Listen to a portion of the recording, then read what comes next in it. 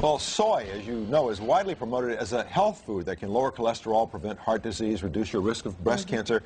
But there are numerous studies indicating that soy can actually be harmful for you. Joining us now is the author of The Whole Soy Story, The Dark Side of America's Favorite Health Food. Please welcome Dr. Kayla Daniel. So let me ask you about soy, because for decades now we've been told about all the health benefits, and now I'm confused to hear that it may be harmful to our health. Well, what you've heard about the benefits, it's all about marketing. Soy is being promoted as a health food because that's what makes people buy soy. They don't buy it for the taste, or most people don't. So soy has been heavily marketed as curing everything from cancer to ingrown toenails. But the fact is it doesn't, and the studies are inconsistent and contradictory and mixed at best. And as for that rumor that soy prevents heart disease, yes, we do have an FDA approved health claim on that, but you know, the American Heart Association last year came out and said, we made a mistake. Soy is not a health food.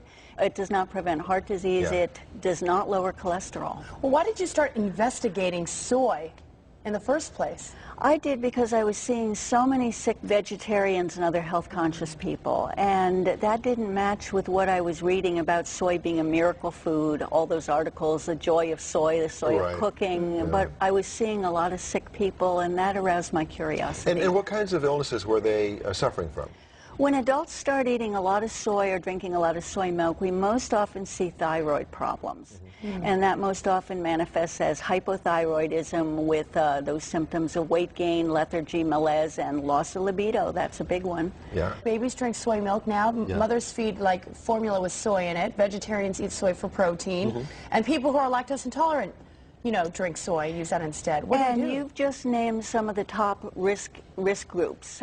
Babies are at the highest risk because soy formula is all they're eating.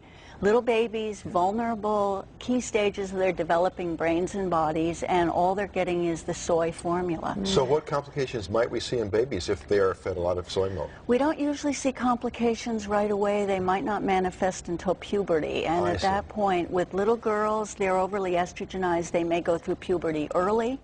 And with little boys, they're estrogenized, and as a result of that, they go through puberty late, or in the worst cases, not at all. So getting back to what Janelle was saying about vegetarians and people who are lactose intolerant having relied so heavily on soy, what alternatives should they choose now to replace that? Just about anything is better than the soy.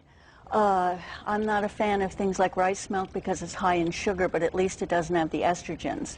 Coconut milk is wonderful for people, wonderful for their immune systems. And here in California, you have the wonderful opportunity to get raw milk. And so many people who do not react well to commercial milk products do well with raw milk. How about soy, like in moderation? Moderation, not usually a problem for most of us, but by moderation, I would say no more than a couple times a week, and preferably things like miso soup or tempeh, some of those old-fashioned whole soybean products. But what we're seeing instead is people drinking soy milk several times a day. They're eating edamame like it's popcorn.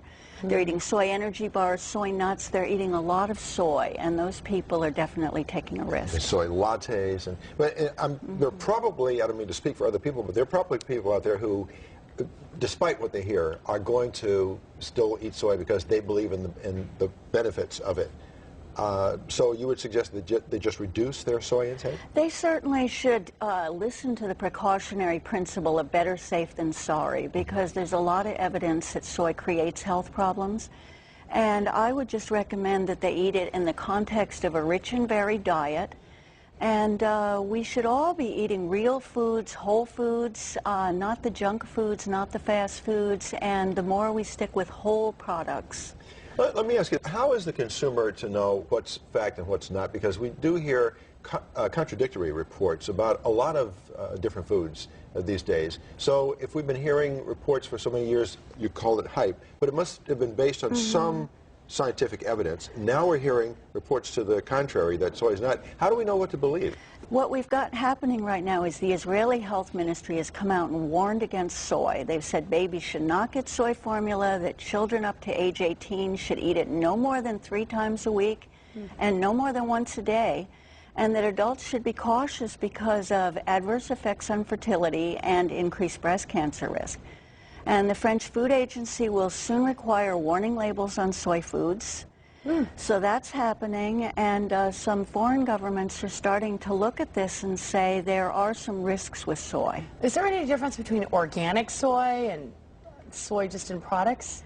If you're going to eat soy, you definitely want to go with organic because it's better. But the problem with soy is that those estrogens are in all soybeans, whether they're organic or whether it's genetically modified.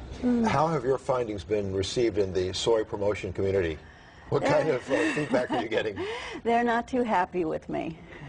What kinds of things? What are they saying to defend themselves? Initially they ignored the book, hoping it would go away, I guess, and then they started saying I had a diploma mill degree, mail order degree, you know, slanderous things like that. Absolutely not true. You are a PhD nutritionist. I am, and from a fully accredited university, yes.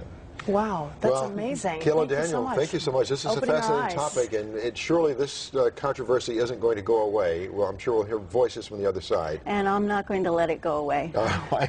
Thank you for joining us. Thank you so much, Doctor, for being here. Thank you. Okay.